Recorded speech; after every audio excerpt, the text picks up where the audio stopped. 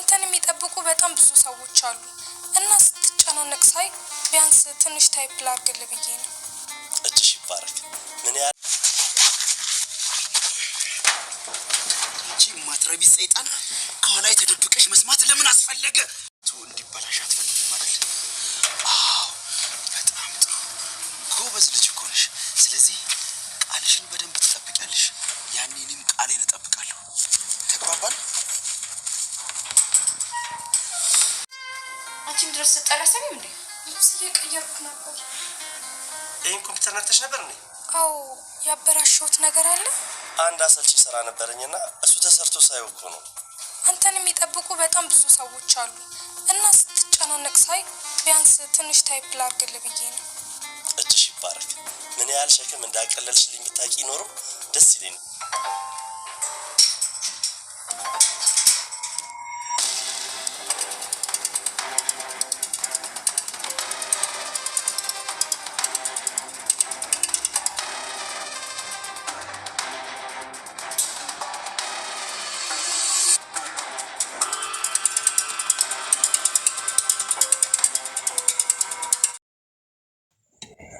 ሉሊት በሰራችለት ስራ በጣም ተደስቶ እያመሰገናት እያለ ሮዚ በጣም በቅናት ተንጨረጨረች ማለት ነው። እንዴት እንደምትፈራት ባሌን ትነጥቀኛለች ብላ በጣም ነበር የምትፈራት። በጣም ነው የምትፈራት ማለት ነው። እንግዲህ ባለፈው ቪዲዮ ላይ ይተኩስበታል ብያችሁ ነበረ። ተኮሰበት፣ ነገር ግን አልጎዳውም።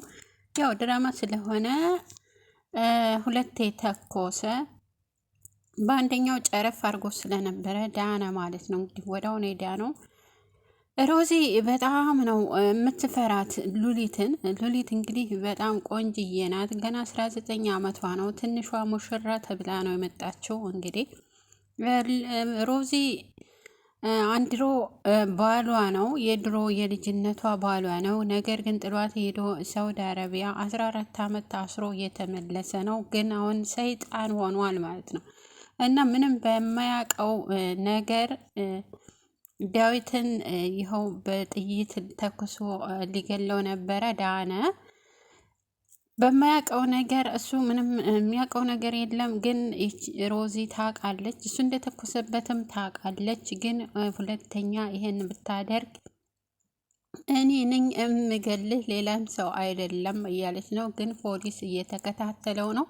የሱን የተኮሰበትን ሰው በደንብ አውቆታል። ፖሊስ እየተከታተሉት ስለነበረ እና ያው ጭንቅላቱ ላይ ሊተኩስበት በኋላ ተማጅራቱ ሊተኩስበት ሲል መኪና መጥቶ የመኪና ድምጽ ሲሰማ ሁለቴ ብቻ እንደተኮሰበት ይሮጣል ፈርቶ ማለት ነው።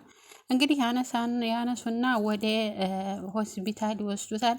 ይሄ መኪና የፖሊስ ይመስለኛል ማለት ያው ተከታትለው ግዴታ መያዝ ስለነበረባቸው የሆነ መረጃ ማጠራቀም አለባቸው እሱን ለመያዝ ማለት ነው። እና ዴቭ ንገረን፣ ማን ነው እንደዚህ የሚያደርገው? በህገ ወጥስ የሚያዘዋውረው ማን ነው ንገረን ቢሉት ያው ደብቆ ነበረ፣ አላለመናገር ፈልጎ ነበረ። መልሶ የጎዳው እንግዲህ እሱን ነው ማለት ነው። ዴቭ በፍቅር አይን ነው የሚያያት ትንሿን ሙሽራ። አንቺ እኮ በጣም ብልሃት ነሽ፣ ተድሜሽ በላይ ነው የምታስቢው እና ትምህርትሽን ጎበዝ መሆን አለብሽ። እንግዲህ የምችለውን ያክል በሙሉ እረዳሻለሁ ብሏታል። አሁንም ደግሞ እየረዳት ነው። ትምህርት ቤት ራሱ አስመዝግቧታል። ብዙ ብር ከፍሎን ያስመዘገባት እዛ እየተማረች እንግዲህ ሮዚንም ጸባይ ችላ እንግዲህ ከመጣች ጀምሮ የማታደርጋን ነገር የለም፣ የማሞክራት ነገር የለም፣ እንድትወጣ የማታደርገው ነገር የለም። ነገር ግን እስካሁን ድረስ አለች ሉሊት ማለት ነው። ደግሞ እንደዛ ተክሶበት መቶት ቤት መጣና ሙዝ ይዞ መጥቶ እንዴት ነው ወንድም የጓደኛዬ እንደው ዳን ካለ እንደው 2 ጥይት መተኮስ ማለት 2 ጥይት ተርፋ ሲለው እንዴት አወቅ 2 ጥይት መሆኑን 2 ጥይት መተኮሱን እንዴት አወቅ ብሎ ሲታይ ሲያወሩ ሰምቼ ነው። ማንም የሚያውቅ የለም። እንዴት አንተ ብቻ አወቅ? ማን ነገረ? 2 ጥይት ይሆን 3 ጥይት ይሆን ማን ነገረ? 1 ጥይት ይሆን እንዴት አወቅ ብሎ ሲለው አይ ሲያወሩ ሰምቼ ነው ብሎ አንተነ ብሎ ዴቭም ዝም አለ ማለት ነው። እንግዲህ ሉሊት አንድሮ ሲያወራ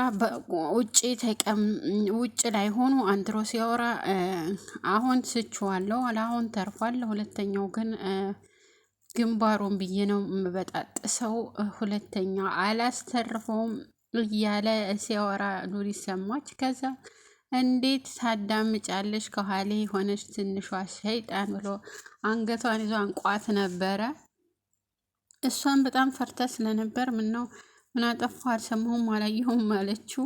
ሁለተኛ እንዲህ ያለ ትንፍሽ እላለሁ ብለሽ ያው ስንት ነገር ያደረገልሽን ሰው አጠፋብሻለሁ፣ ስለዚህ ትንፋሽ እንዳተነፍሽ ስላት እሺ አለች እና መናገር አቅቷት አልናገር እያለች ነበረ። ቤት ውስጥ ተቀምጣ ያው ብትናገር ሮዚ ያሰማትም፣ እሱ እንደዚህ ያደረግም አንቺ ፈጥረሽ ነው የምትላት። ያው የድሮ ባሏ ስለሆነ ግዴታ የምፈልገው አንቺን ነው የሚለው። እሷ ደግሞ ዴቭን ጥየው አልሄድም፣ ተመንገድ ላይ አንስቶ እዚህ አድርሶኛል፣ በፍጹም ተነስቼ አልሄድም እያለችው ነው እንግዲህ።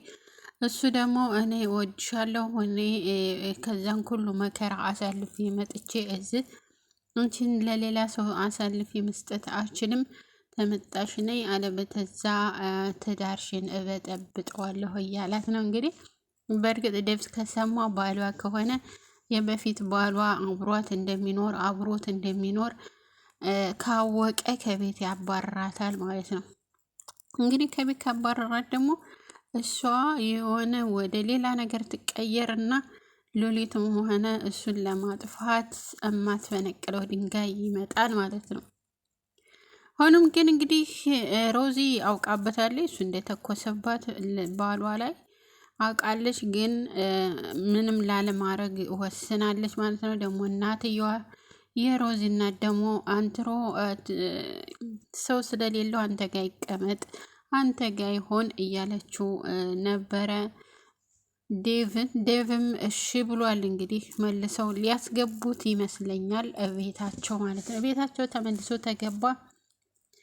እንግዲህ ሁለተኛ ዴቭ ነቅቶበታል፣ ግን መልሶ የሚያስገባው አይመስለኝም። ሮዚ ተመልሶ እንዲመጣ ትፈልጋለች፣ ያው ምስጢሯ እንዳይወጣ ስለምትፈልግ ማለት ነው።